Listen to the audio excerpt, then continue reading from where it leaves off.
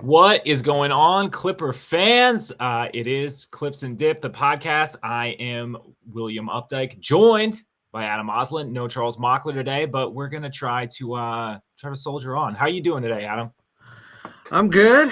Clippers made it 3 straight. You came on post game last night, a little Clips and double dip on Clippers talk as we discussed their 29-point victory over the Brooklyn Nets. So 2 days off now, and then a game against the Lakers finally this season. I'm excited. Yeah. As you alluded to, we did talk a little bit about that 3-game win streak, so we're not gonna go into that too much on today's episode. Make sure to check out Adam's episode if you want to see more on if you somehow missed this 3-game win streak, which is possible, but you gotta come out from under the rock sometimes if you do this. But a takeaway from that is definitely how good Kawhi Leonard has looked. So we're going to lead things off. So we're talking about that. Then we're going to get into Clippers taking on the Lakers after the long break that Adam mentioned. 2 days, pretty long time for the Clippers. And then we're going to wrap up with some other stuff, talk about some potential front court help that has been sort of loosely linked to the Clippers. We'll also talk about Charles Barkley quote, who thinks Clippers should have not one but 2 All-Stars. Let's lead into talking a little bit about Kawhi. We didn't super dig into him when we talked about this 3-game win streak last night. Where are you at with Kawhi? What have you seen so far? And where would you assess that he's at if you were to give it a percentage right now of like what we know Kawhi to be? Well, after the game against Brooklyn, we're granted they won by 59, so a lot of these points weren't necessarily consequential, but that's not even what I'm looking for with Kawhi, or what he's looking for apparently. Is not necessarily about his scoring, it's about his movement. He said. Yeah. And I thought he was moving so well out there in that game where I basically said post-game, I feel like he can be the same version of himself that he was last season before the swelling. And that is huge. That's exactly what we've talked about as the hypothetical for if the Clippers get that version of Kawhi Leonard, they can be a contender again in the Western Conference if he's healthy in a 7-game series against anyone. As long as that version of him is still in there, and I think it is with the jumpers, the mid-range we saw against Brooklyn. The only thing we haven't gotten from him so far is a dunk. But I've never been that worried about his leaping ability because he's a left-legged leaper, and all the injuries have happened to his right leg. So that's a very good point. I think he's good. Like, I'm super encouraged right now, and he will have had 3 days off since that game and then Sunday against the Lakers. And he was about 25 minutes last game. His minutes increased. That was good to see. I don't know if that portends anything for the Lakers game going up even more. It might be about the same, 25 minutes, but I think he's ahead of schedule from where I thought he could be 4 games in for me. Yeah. I would agree with you. Having that minutes restriction up to 25 minutes, I think is really significant. The biggest thing, I feel like the lingering complaint from, fans and the wider sort of sphere was Kawhi not in to close games, which obviously that's what you want to see. So that minute increase is so significant. What have you thought about some of the small ball lineups with Kawhi? Because that's a style of basketball we haven't gotten to see as much. Yeah, I'm always a fan of small ball when Kawhi's healthy because he's such a good defender on the back line. And when they have Batum and him out there, that to me, it depends on the matchup, but that can be a recipe for success in limited minutes. I don't want to see it for an entire quarter or anything like that. But I think 3, 4, 5 minutes here and there, you can create a little bit of a death lineup out there where you have a ton of shooting and then versatility on the defensive end. I know it gets a bad rap sometimes, but I think for the most part, people have been bullish on the backup small ball lineups or the small ball lineups with Kawhi Leonard and some backups like Nico Batum, that it gives them enough of an ability to be able to have enough size out there, have enough defense out there, and obviously it juices up the offense to an extent as we wait to see if Will Updike can get back in here. he started the stream, and so it's a little bit awkward. Okay, he's coming back in 1 second here. But yeah, I love Ivica Zubac, as everybody knows here. I am pro Big Zoo. I'm also aware that he's not going to play 48 minutes per game. And I think the small ball lineups, considering what the Clippers have to work with right now with their backup bigs, are more serviceable, are better options than with how Mo Bamba's looked this season and going there, or with how Kai Jones has looked this season. I'd rather just go small ball. Now, you can say it can be problematic because Kawhi Leonard is guarding up more. Does that put more of a toll on his right knee? I don't think there's anything conclusive on that because he's gotten hurt playing small forward. All these people that are saying, oh no, playing power forward contributes to his injuries. Like, well, wait, he tore his ACL playing small forward. He did his meniscus playing small forward. I think he just, obviously, guys, he's injury prone and his right knee is an issue. And it's really not about the position. It's more about how many miles he's running per game and just his style of defense. Kawhi Leonard is somebody that I think he only knows one way to play on that end, and that's what makes him so great. I also think it works against his body, unfortunately. But I don't know if there's a way for him to turn it off. I think he has certain defensive instincts out there that take over to where, for better or for worse, and while it's going to help you on the court with him flying around like that, eventually, could it lead to an injury? I think that's a partial reason, the overall wear and tear that he puts on his body because of how good of a defender he is. That is one of the reasons that Kawhi Leonard has not been able to stay healthy, as Will Updike is back on now. So sorry about that. Was not expecting that. Was not expecting the delivery. Thought it would be much later after we'd wrap this up. But you know what? Much like Kawhi Leonard, I had a schedule. So what more can you ask for? What more can you really ask for? Did you talk about your favorite hypothetical lineup, or let's start here? Where do you see, once the minutes restriction is lifted, what do you see as the most likely closing lineup? Ooh. Well, I hope Ivica Zubac is still in there. I'm sure they will close small sometimes if they're down in a ball game and they're trying to, load up on the offensive side to catch up. They might go small. Why not make Zoo a part of that, though? Yeah, because they're not going to get it to him anyways. It's just going to be a complete decoy. I agree with you. You're right. They should just get him involved on the offensive end more, even when they have their best offensive players out there. Ivica Zubac should be part of that party. But let's say it's a tight ball game, because last season Ivica Zubac did close out much more than he had in the past. So I'm going to say Ivica Zubac at the 5. I'll go in the opposite direction. I'll say Kawhi Leonard, and this is my ideal closing lineup. So Zoo, Kawhi, James Harden, Norman Powell. So we're really talking about the replacement for Paul George and who that should be. I think it could be matchup dependent, just like with these two guys when it comes to starting right now. But I think it's Chris Dunn or DJ. And I think most of the time I'd go with Derrick Jones Jr. So it might just be the starting lineup for me, honestly. But Nico Batum is the other option. I was gonna say, the only I agree with you. It's basically there's kind of one spot that's interchangeable unless you end up going small without Zoo. And a Nico to me is maybe the most interesting one. I'm not saying that it should happen, but I can definitely see within the flow of a game how it could happen. Like I wouldn't close the door on that completely.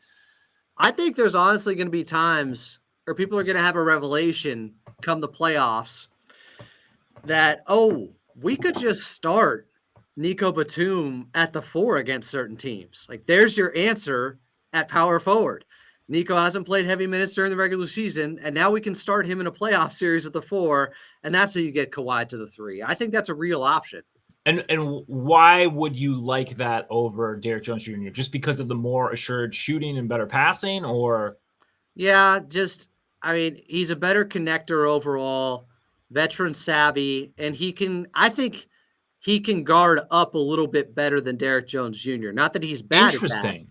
but I mean, we've seen Batum give Jokic some issues here and there. Like his defense is so good. He's so tall. He's so long because he's 6'9". I mean, Derrick Jones Jr. has that lift, so it makes it seem like he's taller than 6'5", but he's 6'5". I think Nico just gives you a bigger body. I think that's a real option come the playoffs. Yeah. I like that. I'm not mad at that at all. All right. Do you have any closing thoughts on Kawhi before we move on to what could be a very impactful for the standings matchup against the Lakers? No, I'm good with it. I made my peace. All right. For those of you listening, there will be a brief audio break. For those of you watching over at youtube.com/@ClippersPodcast, there is no break. But anyways, we'll count it out for our audio listeners. Ads coming up in 3, 2, 1. Welcome back in. It's Clips and Dip, episode 41, season 3. I'm Adam Osland, no Chuck Mockler, but we got Big Will Updike. We also did some double dip last night on Clippers Talk after their victory over the Brooklyn Nets. They made it 3 straight wins, where they also held each team under 100 points. But now they have 2 days off, and their first game for the Battle of Los Angeles this season against the Los Angeles Lakers, and the first time since, I think, 1999 that they're not playing each other in a shared building. It's not a hallway series anymore. The Lakers are a true road team. The Clippers are a true home team at Intuit Dome for this one, which I think adds another wrinkle to it, and it's kind of exciting. First time in, 25 years? It's kind of appalling that it's taken this long into the season, right? I don't get it. That's the weirdest thing to me. I can't remember the last time. This may be the longest it's ever taken. They're in the same. It's gotta be up there. Yeah. So this is exciting, and as you alluded to there with the tease, this has major playoff implications, I think, because first of all, the Clippers just need a victory against a Western Conference team because their record against the West is not very good, and that's what tiebreakers come down to if you tie the head-to-head matchup like they did against Denver this season. Also, it's the Lakers. It's the first time you're seeing them. They have a game against Brooklyn tonight, of course. They get the Clippers sloppy seconds after the Clippers beat them by 59. Of course, I think Brooklyn's going to play more of their guys like D'Angelo Russell tonight, who might have a revenge game in them, hopefully, against the Lakers. But it just feels like, man, because of the buildup and waiting for this is a huge game on Sunday, Will. Yeah, I mean, I couldn't agree more. These teams are neck and neck in the standings. Clippers with 2 more wins, but it's only one game separating these two, and I mean, Lakers are likely to close the gap with that game against the Nets coming up. It's interesting looking at these two teams because it's kind of a yin and yang going on. I mean, the Lakers are an above average offense, pretty like a below average defense, and Clippers are on the opposite side of the spectrum. It's so interesting to me, the pieces have moved in and out, but the core of this Lakers thing, like when they won that championship, the identity has gone, just in the complete opposite direction since then, to obviously very mixed results. But I'm curious, Adam, what you think about the battle for 2-point range in this one, and if the Clippers can get it going from hot. The Lakers don't take a lot of threes. They are 27th in the league in attempts, and they are 20th in the league in percentage. So if the Clippers get off to a tear, we see a kind of hot start quarter. I mean, is that enough to kind of put this one away? Well, it feels like as of late, the Clippers haven't been as good from 3 as well. They're 14th. Oh, I agree. Yeah. So they're 14th on the season from 3 at 36.5%. I think this Lakers team is so unpredictable because I would say the Clippers have overachieved so far this season, only having 4 games from Kawhi, and the Lakers have slightly underachieved because they have had Anthony Davis and LeBron James a lot and just more consistency, but with healthy players, but inconsistency on the court. Because they started off the season like really hot offensively, really bad defensively. Then their defense got better, but their offense got worse. Now it's back to their offense is better. Last 10 games, they're 8th offensively, but they're 28th defensively. They're very up and down and unpredictable with what you're going to get night to night. And they've also had issues with just breaking. Like you get on top of the Lakers and they will just almost quit. That's what it's felt like at times with this team. I think Lakers fans would agree with that, but they just had a game where they battled back against the Miami Heat down 12 at the half. So have they righted the ship? I like the move for bringing in Dorian Finney-Smith. I think that's solid for them, but they still have the overall problem when you talk about the identity of this team with the Lakers and what's gone wrong. To me, it's too many one-dimensional players that are good on one end of the court but bad on the other. Like they haven't figured out, the Boston Celtics are so good because they all play defense and they all shoot. They don't have a ton of flaws. Yeah. So I don't know what you're getting from this Lakers team on a night-to-night basis. So, yeah, the Clippers, at least, for the most part this season, they're going to be great on one end, on the defensive end. Offensively, maybe not. But defensively, that seems to show up every night. And as for the Lakers, I don't know what they're doing on either end of the floor. Yeah. Very unpredictable team. Sort of, it's difficult there. How do you think the size sort of mismatch bodes for the Lakers? Because they got some bigger boys over there. This is true. Anthony Davis, I feel like the Clippers have done a pretty decent job against him. There was a game last season where I felt like Zoo outplayed him straight up. The Lakers beat him by, I think, 1 point, but Zoo was really good and had like a 20-20 type of game against him.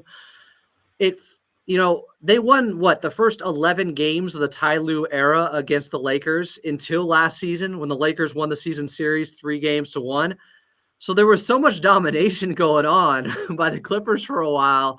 It was like we almost didn't have to worry about the Lakers and what they could do against the Clippers. I think LeBron has shot either his lowest field goal percentage against the Clippers over the last 5 years, or at least like one of his lowest field goal percentages against any team. And obviously they play each other a lot.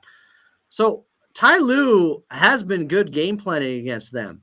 But then last season, it felt like the Lakers were just trying to build a team that could beat the Clippers. And the hell with the rest of the league, we're at least going to find ways to beat the Clippers again. And they did. But yeah, I wonder because Jackson Hayes is back and has been playing. And then JJ Redick said the other day that they are going to play some big lineups with him next to Anthony Davis. So, Christian Wood's still not back yet, but do they try that out tonight, see how it goes, and then run it against the Clippers where they have two bigs in the ball game? And we talked about the Clippers and their tendency to play small. Is that going to lead to some interesting lineups out there? Yeah, I just don't know that that's the biggest advantage against this Clippers team in some ways. And yes, they have ways to mitigate size, but also if you just go a little bit guard heavy, is it that advantageous to have another huge lumbering guy out there? And offensively, like with a team that doesn't really shoot a lot of threes, what's the drawback? How much is that going to hurt you on the other end of the floor as well? One thing I'm kind of curious your thoughts on this. We've heard James Harden sort of talk about, part of the reason he hasn't taken a lot of time off is he feels out of rhythm. He wants to stay in this rhythm. And we have seen this team come out of breaks looking a little worse than they went into them with. What are you expecting from James Harden in this game? And is there a chance that we're not gonna see him clicking the way that we have at points during this season? And that's a good point, because when he had those 8 days off and we were like, yeah, he's going to be rejuvenated, this is awesome. And then he came back against Denver and had 9 turnovers and it looked like it was rust. That's something I do worry about, but I think just having Kawhi as we expect him to be playing in that Lakers game will help him out. It looked like it has overall when Kawhi's out there next to him. He's turning the ball over less. Kawhi was bringing the ball up a ton against Brooklyn to start off that game in the 59-point victory. That alone can help alleviate the pressure of James having to always, initiate the offense, start fast, score, but also distribute and get everybody else involved. It's just too much at 35. So I hope that means he'll be in a decent rhythm, because it's not like he can, he has to start fast. He can ease his way into games a little bit more if Kawhi's out there. I don't know. What do you think, Will? Yeah, it's something I'm concerned about. But with Kawhi, I mean, it's just interesting that we've had this multi-guard lineup, and we're still talking about how there's too much pressure on Harden to have to sort of create. And we talked about some of the issues with the Lakers and the talent that they went off of, and it's one of those things with our guards that I feel like can also be a little bit one-dimensional. But like you said, Kawhi really is the best sort of pressure valve for that issue. He's the guy that you want the ball in his hands the most. So it makes the most sense for him, obviously, to alleviate that. And I'm curious to see like sort of what what the intensity level of this is going to be like for both of these guys. I mean, the battle for LA in the first time and like in the new home. I mean, it's kind of interesting. And this Clippers team, not a rocky bit of start to their time at Intuit Dome. What was it? 4 straight losses, which wasn't great. But this one, I'm so curious to see the vibe and energy for this one and how it elevates both guys. And I think that maybe that sort of it being a pressure cooker is also a way to alleviate some of those sort of some of the rust for Harden, because I think it's a little easier to lock in when the lights are the brightest. Do you think the Clippers are going to feel more pressure because they're the home team, first time taking on the Lakers at Intuit Dome? It's probably going to be the loudest it's been all season long. Everyone on the roster is going to say no, but how could you not? like just as a human being or like a worker or something, I don't know. Like how could you not? I'm sure that question is going to come up at media availability, and I'm sure everyone is going to say that it's just another game. But in the back of your mind, how could you not be thinking about that? It's like, I don't want to hear from Lakers fans, beat you the first time in your new home. Like, we own you at Intuit Dome. Own Intuit. They own Intuit now. I really can't have that. And so, yeah, I hope James Harden, because he's had games where he looks, the variance in performance with him game to game has been, pretty wide this season. The spectrum of how, which is not like entirely new, outside of those MVP seasons. Like, he is a high variance guy, and he has been a high variance guy in the playoffs. And not to contradict myself when I said he locks in when the lights are the brightest, I'm saying he locks in. I'm not always saying he outperforms what he can do. But he's a variance guy. I feel like, so that means, okay, so they lost a game without him against the Lakers last season, because right after they made that trade, he was at that Lakers game that was in overtime, but he wasn't playing yet. He was in the locker room. That Terrence Mann picture was taken. Everybody was like, oh, Terrence didn't want James Harden here because he's taking playing time away from him.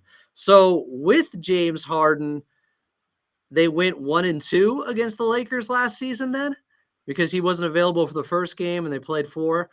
Like, I was trying to think, what's his level of dominance against this, or what's his level or head-to-head record against this particular Lakers team? Because he's been really good against Jokic and the Denver Nuggets. He's like 16-7 or something like that in his career. And it's just a different element and dimension to this Clippers team. Now against the Lakers, they have James Harden. What's his track record? How well has he been playing? I believe overall he has struggled. Last season, he did struggle against them. Their ball pressure against James Harden was really good, and that led to 2 of those losses. Yeah, I mean, that makes sense, and that's why it's going to be so much more important for us to get whatever percentage of Kawhi we can get in those 25 minutes, because really, I mean, if you're putting the pressure on Harden and you're forcing the ball out of his hands, it's a difficult offense already with him in it. So when you remove that factor, like, things are going to stall out really, really bad. And even in that win last night, we saw some 3-minute long plus stretches with no scoring, which is always brutal to watch. So Yeah, Kawhi's readiness is gonna be hand in hand, sort of, with I think James's performance in this. Should we get to our player of the game? Ooh, yes, we should. All right, this is the Kawhi Leonard. What is it? Kawhi Leonard, Norm Powell, Ivica Zubac, James Harden. Sorry if I'm missing anyone. Honorary player of the game. Basically, it's named in honor of all these people because you cannot choose them to be the player of the game. Why we have backed ourselves into this corner, I have no idea, but we continue to do it. Adam, since I introed the segment, I guess you can go ahead and go first, even though I'm probably going to be mad. We have like 6 guys we get to choose from every game. Oh, yeah. And only one. And whoever gets to go first is really in the best spot to look smart. Puts even more pressure on this pick. I got to get this one right. I got to have it. I think I'm going to go with Chris Dunn. He knocked down a 3-pointer against 100% shot 100% against Portland. From 3. Yeah. 1 of 1. So he's turned things around. But I don't know if he'll be starting or DJ. For switchability purposes, it's like you probably want DJ against LeBron. They don't want to have Kawhi on him the entire time in just his 5th game back. DJ is bigger. The ball pressure from Chris Dunn is better. And I think he could be better against Austin Reeves. So I don't know if he'll be starting or not, but I think his defense is going to be key to the ball game. And I also just want to see him hit a couple of big threes. Because sometimes when a guy's in a funk like this, you get into a high-intensity game. And if you perform well in that game, you can go on a streak afterwards. You can turn the tide with some of your numbers. You can turn things around. Absolutely. Like I feel like anybody is one heater away from really being able to pull out of whatever funk it is. And if shooting 100% last game from if that doesn't do it, buddy, if that doesn't do it, I don't know what to tell you. I need to see the carryover into this Lakers game. I'm going Chris Dunn. I like it. I'm gonna go out of left field here, and I'm not saying they're gonna be the best player in the game, but they are my pick of the game, and I'm gonna go with Terrence Mann. Reason being, one of the longest tenured Clippers. I think if you're looking at this from a storyline perspective, he's got the most skin in the game, perhaps on this roster for this matchup. I really like what we saw from him last game against the Trailblazers. He just looked to me a little bit more decisive, a little bit more confident, as he has since returning. Does still look a little tentative on the calf. I'm not going to lie. That was concerning to watch at points in that Trailblazers game. But he strikes me as a guy in this one who, if things need a little bit of energy, if things hit a lull with that second unit, he's the guy that I'm looking to hopefully be able to help kind of claw out of that. And we know what a momentum guy he can be. Sometimes when there's been sort of a large swath without scoring, a Terrence 3 seems to can ignite the offense in a way that's and the crowd in general, in a way that is definitely worth more than 3 points. So I'm gonna go Terrence Mann. As I said, I don't expect him to necessarily stuff the box score, but I do expect him to be sort of an important point of energy when we hit some of those lulls with the second unit. I like that. T-Man has had a lot of wins over the Lakers in his career as a Clipper. he knows something to it. There's something to it. He gets up for these games, so that's solid. I like it. I was thinking about going with Mann myself. All right, so that is going to do it for our Lakers Clippers preview. Coming up, we're just going to talk some stuff all around the NBA.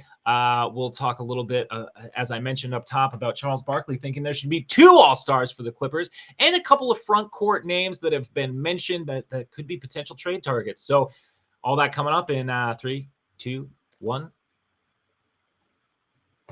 Welcome back in. Clips and Dip. I'm Adam Oslin. Season 3, episode 41. Chuck, oh, man, I forgot to mention that up top. Chuck is going to be furious. Yeah, he's going to be upset. We're going to see him in the comment section saying some wild stuff later, just spamming us. You idiots. That's the one thing I asked for. I'm Adam Oslin. We got Will Updike. If you missed it, last segment we talked about a little Clippers-Lakers preview first of the season. But there's more going on the periphery right now with this Clippers team, maybe than meets the eye. For one, media members are actually giving them some love, like Sir Charles of the TNT broadcast. Now, if you're going to say that's a jinx on this Clippers team, maybe you're right. But he didn't declare them champions. No, that's true. He didn't guarantee they're going to be champions. But he made the case that 2 Clippers should be all-stars this season. 2 of the 12 Western Conference all-stars should be Clippers with James Harden and Norman Powell. How do you feel about that, Will? I mean, I love it. I feel like it's going to be – my concern with this is, does it split the vote? Norm Powell has sort of been in the conversation all year, like with his scoring. Can he crack into that? And they talked about it actually a lot on the broadcast last night, and how, unfortunately, 50% of the vote is the popular vote, the fan vote. And I don't really see him making a whole lot of headway there. But what Jim Jackson and Brian Seaman pointed out was that there is a coach vote, which could be something that, people who are a little bit more tuned in might see him as a potential all-star. And I do think that is the most likely avenue for him to get in there. As far as both of these guys, I mean, it's just not going to happen. I'm so sorry.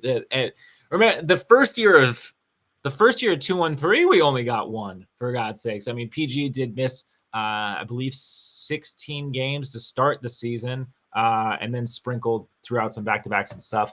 But I don't see it being 2.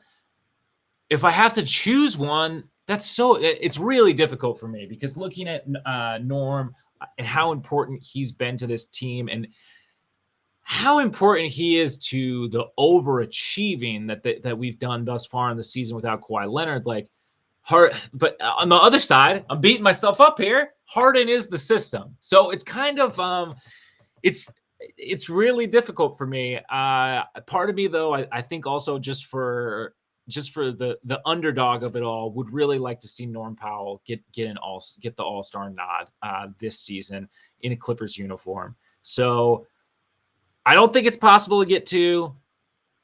It seems difficult that we might even get 1. But if we're getting 1, I got to give Norm Powell, I think, the go-ahead. Yeah, my heart says Norm. I think my head says James Harden. You're not wrong. In the 2 games without James, Norm has really struggled. And it's not, I don't think it's because it's a small sample size or whatever. I think it's because James Harden makes life easier for everyone else, something we have known for a long time. And it's just more difficult without him. I think they're more disrupted if he doesn't play than if Norman Powell doesn't play. That's I think a great point. Norman Powell's more dependent on James Harden than James Harden is, and the Clippers are, on Norman Powell. But I love Norman Powell. He's just as deserving. I think it's really close. And I would say this, for the media members that came into this season thinking the Clippers were going to be a bottom 4 team in the Western Conference, and for the fans who felt like that, maybe they should ask themselves bottom 4 is wild. Well, bottom 5, bottom 6, maybe they should ask themselves the question, how are they doing this? How are the Clippers this good so far this season? And then reward those players who are most responsible for them currently being in the 5 spot in the Western Conference. And Players. You're thinking multiple All-Stars. I mean, I don't think it's going to happen, but I think they are deserving. I think Ivica Zubac is deserving of some recognition. Yeah, you and I we talked about this. We talked about this briefly last night, I believe. But is a third team all defensive? Is that a possibility for Zubac? No, I think that's a great point. My God, he was so good against Portland the other night. The way he was just patrolling the paint, it was impressive. And he's been like this, but I was really keying in on watching him because it just seemed like he had a different attitude and energy because all the Clippers did with the way they were focused in to start that second half. But yeah, I think that's a great point that Ivica Zubac, he's definitely not going to be an all-star. Can he make an all-defensive team? I think I think he has a clear-cut case. And Coach Lou was talking about this before the season. That was a goal from Ivica Zubac, right? Yeah. So they tried to get some momentum started with that campaign. I hope people haven't forgotten because he's a huge reason why they are the third best defense right now in the NBA. Again, and I would think that would be taken into account too. Like, this team this has always been not always. This has at various iterations since the 2-3 era been a good defense, been a top 5 defense before, but I don't think they've ever been this highly ranked. I don't think they've been on this level. And Ivica Zubac is an integral part of that. So I would think, again, that the informed voters, who I'm going to give them their flowers. I know how intelligent they are. That's why they're going to vote for Ivica Zubac for an all-defensive team. But speaking of centers, everyone is aware of the issue at backup center for the Clippers. It's something we talk about seemingly every year. But a couple of names have been mentioned, sort of linked to the Clippers as some front court help, including Chris Boucher and Robert Williams III. I'm curious your thoughts on either one of these guys, and I'll just throw another name in there. What about Valanciunas? If the asking price is 2 seconds, which we've heard, would you get in the mix for that? Do any of these do anything for you as a backup center? Well, first of all, I have to be a little bit self-serving because I was upset with this report earlier today and all the attention it garnered because I had Brett Siegel from Clutch Points on like 10 days ago on Clippers Talk, and he brought up those two exact names, Robert Williams and Chris Boucher, and nobody cared. And now today he says it, and everybody's like, oh, wow, this is crazy new information. I'm like, 10 days ago. He said it 10 days. Okay, so anyways, it depends because the way he phrased the tweet was making everyone believe that Terrence Mann would have to be included. And I don't know if I'd do Terrence Mann for either of those players. If Robert Williams could stay healthy, yes, but he can't. And he's 27 and has played less than 250 games in his career. Chris Boucher is a good player, but he's an unrestricted free agent after this season, so he could easily be a rental. And you're giving up Terrence Mann and the 3 years remaining on his contract after this season that are pretty team-friendly for a guy who's 32 and is likely a rental when you don't even know if Kawhi can stay healthy. I don't love that. Now, Jonas Valanciunas, who you brought up, if they could get him for cheap, I'm good with that. He does have some downsides. Like, he's not great in the pick and roll. People think, oh, he's this physical, great defensive guy. He's not in particular. He's slowed down. A lot of injuries. Yeah, he's older too. But it's just because he's cooked the Clippers so many times and has career high against them with 7 3-pointers that everybody's like, well, you got to get Jonas Valanciunas. Now, I would definitely love to have him for the right price. And if it's 2 seconds or if it's PJ and Bones Highland in a second or something, I don't know. But yeah, I'd be interested. What say you? Yeah, I mean, I think of the three, Valanciunas is the one I'm the most interested in. But again, it's just for the nostalgia factor. It's just for he's had some very good audition games against the Clippers, much to our own detriment. And I echo your points. I mean, Boucher, I think is interesting. It's definitely an upgrade over Bamba. It's just what the asking price is going to be. And no, I that to me is not a trade that you give up an asset for. Williams, I've liked the idea of him as a backup on this team for kind of a while now, ever since he's been out of Boston. It's just the availability is just too much of an issue. It's just, I don't know how you even have a conversation about adding him to your team without that being, a major deciding factor, because he's not on the floor a lot. And for all Mo Bamba's deficiencies, which there are some, it's still better to have that than nothing on the floor, I would say.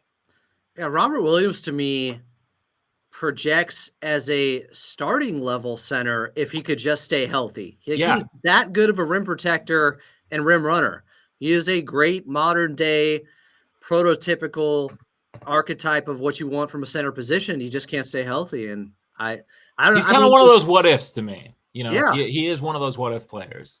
If you could get him for cheap because of his injury history and because he has an extra year on his deal after this season, and maybe Portland would just want to get out of that, and you give him PJ Tucker and something else to get him, sure, if you're not giving up much. But if the question is Terrence Mann, I don't think I can do that just because he can't stay healthy.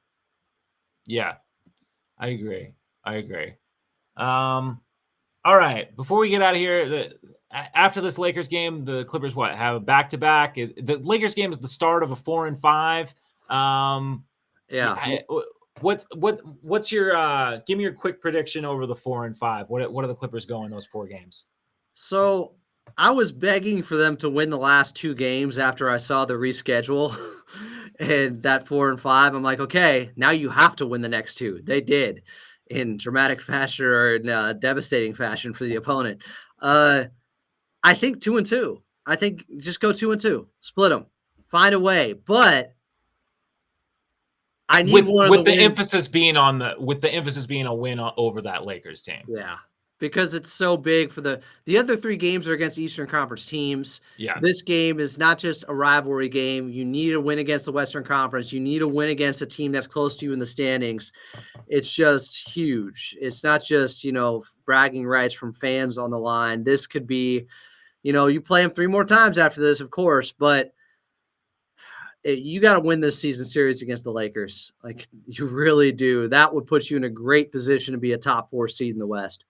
Yeah. I mean, it's hugely impactful. If things went their absolute worst and they went 1 of 3, I could even stomach it a little bit if the one win was a Western Conference win into a dome. Not Lakers even aside. Like, if this was even another Western Conference team before taking on 3 Eastern teams, I would prefer that win. I'm agreeing with you though. I think 2-2. I think 2-2 is very, very possible, very, very likely. And if you're adding the Western Conference win as a feather in your cap and still just getting through those games, getting through this part of the season till we get into this All-Star break and we can kind of come out and come out charging, I'm happy with that. That being said, is there anything else you want to say before we get out of here? It's kind of ridiculous that the Clippers got an extra back-to-back and the Lakers had one taken away. They had a back-to-back taken away. The Clippers had one added. To my knowledge, that's what I can't believe that. So what is the total now? Back-to-back is 17? Yeah. Clippers are at 17. They already 11 teams had 16 back-to-backs, including the Clippers coming into the season. So it wasn't like, okay, 10 other teams have it.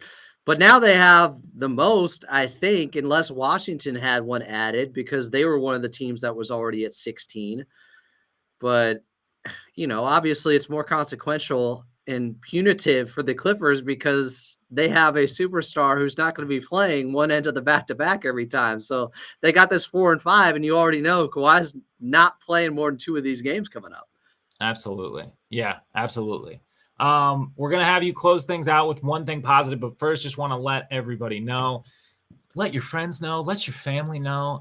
If you want to support this show, if you want to check us out, you can listen to us wherever you get your podcasts. If you happen to listen over on Apple Podcasts or Spotify, leave a rating or review, leave a comment on Spotify. It helps us out. If you want to watch us on video, you can do that over at youtube.com/@ClippersPodcast. But we appreciate you however you interact with this show. But before we get out of here, Adam, leave the folks with something positive. It looks like the Clippers have stepped on the gas again after they had that lull, losing 4 or 5 and over a 6-game stretch. They were 20th defensively. Well, over the last 3 games, they're the best defense in the league by 13 points per 100 possessions. Now, which is very real. There's no way you can assail those numbers. I get it, Portland, Brooklyn, but hey, they're taking on a lot of other teams, and they're not beating them by 59 points like the Clippers did Brooklyn the other night.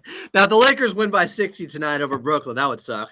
But it just seems like this Clippers team said, we have to refocus. We have to reset a little bit here, get back to basics, which is something we were talking about a lot on here. And they have, and then some, and maybe are peaking coming into this game against the Lakers where they're going to have Kawhi for, it looks like, at least 25 minutes. So therefore, there's a way to manage that to have him in the fourth quarter some, I think. Some. So I I'm agree. 5 excited. extra minutes is a big deal. Yeah. So Sunday, big game, and the Clippers are prime for this one, it feels like. Hell yeah. Great note to end on.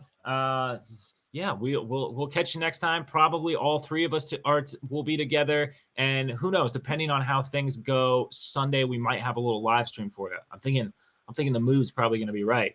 But anyways, thank you so much. It's been another episode of Clips and Dip. Let's go Clippers.